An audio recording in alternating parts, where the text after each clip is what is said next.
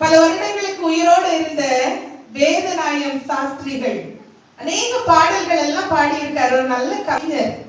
1770களில் இருந்து 1850கள் வரைக்கும் வாழ்ந்தாருன்னு நினைக்கிறேன். நல்ல ஒரு பிரில்லியண்டான மனுஷன், நல்ல கவிதை எழுதுவார், நல்ல ஒரு கவிஞர், ரொம்ப நல்ல மனுஷன். அவருக்கு ரொம்ப நல்ல ஃப்ரெண்டு தஞ்சாவூரை சார்ந்த சரபோஜி மன்னர். அந்த சரபோஜி மன்னருக்கு ரொம்ப பிடிக்கும் இவருடைய கவிதைகள்.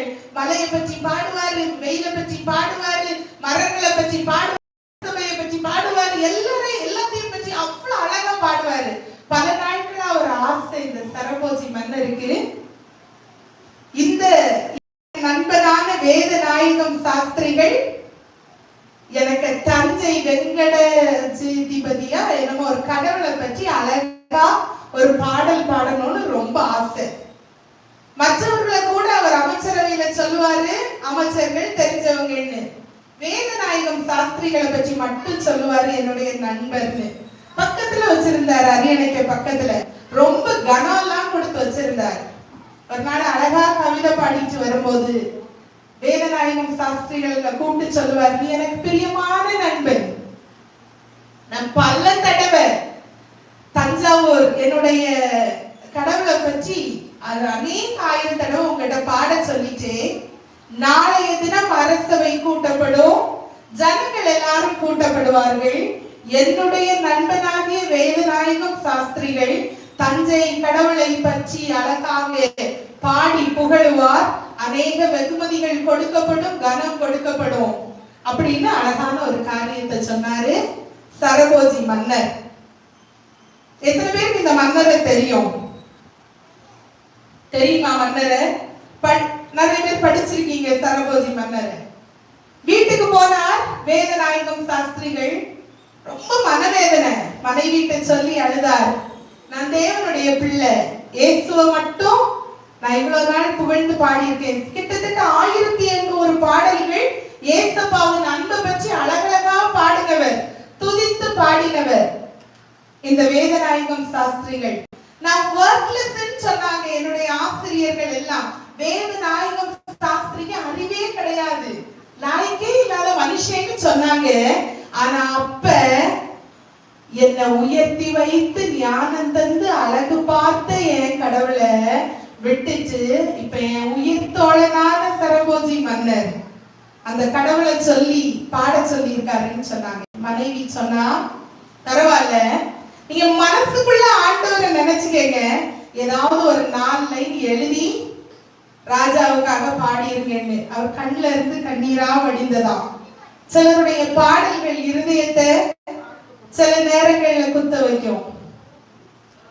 நம்மள அறியாம சில வேதனைகள் வரும் அந்த பாட்டை கேட்கும் போது.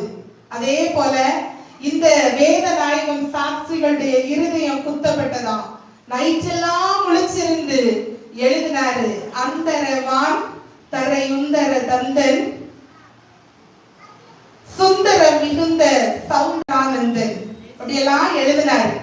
எழுதிக்கிட்டு வந்தாரு. காலையில அரசவை கூட்டப்பட்டது, ஜனங்கள் கூட்டப்பட்டாங்க, எல்லாரும் கூட்டப்பட்டாங்க.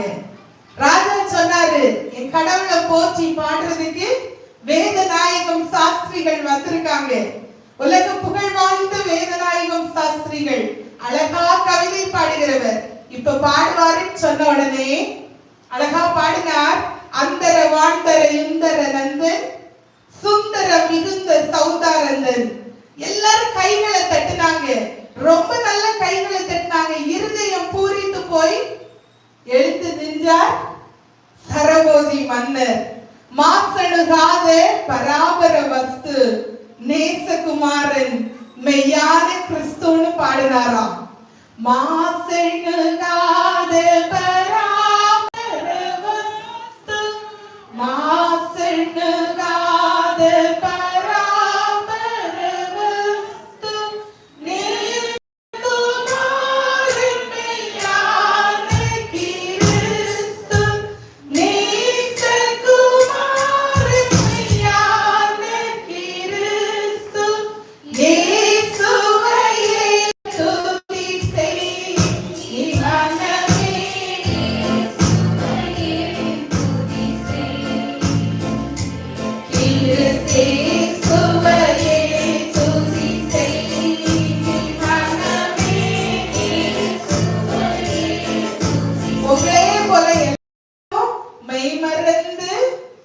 வேதநாயகம் சாஸ்திரிகளோட கூட சொன்னாங்களா, இயேசுவையே துதி செய் நீ மனமே இயேசுவையே.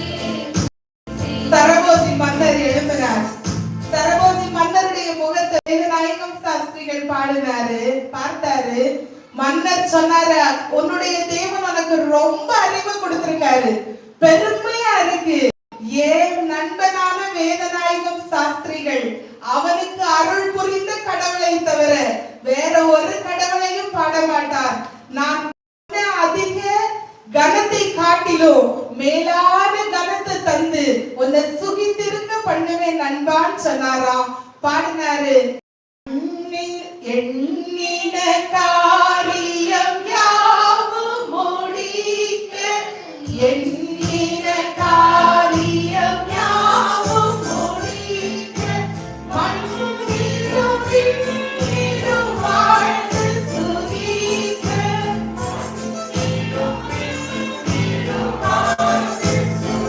எல்லாரும் சேர்ந்து பாடுவோமா? சத்தமா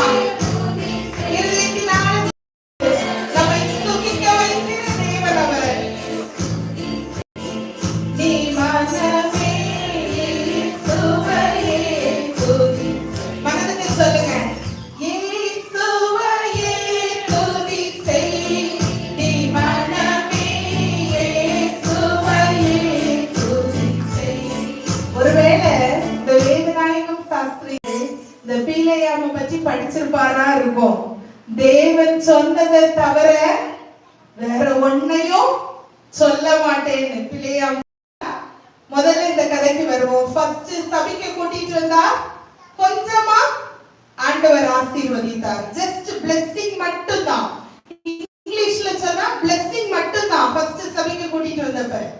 இரண்டாவது இந்த சோப்பீனின் வெளியில கொண்டு போய் சபைக்கு சொன்னப்ப நல்ல ஆசீர்வாதமா குறைஞ்ச ஆசீர்வாதமா? ஸ்ட்ராங்கான ஆசீர்வாதம், வலிமையான ஆசீர்வாதம், நல்ல ஸ்ட்ராங்கான ஆசீர்வாதத்தை ஏசப்பா கொடுத்தாங்க. ஆமாவா இல்லையா? ஆமா. இப்ப திருப்பி என்ன சொல்லுகிறார்? ஒரு முடிவுக்கு வந்தாரு நம்முடைய பாலா. அப்பொழுது அவன் என்ன சொன்னா?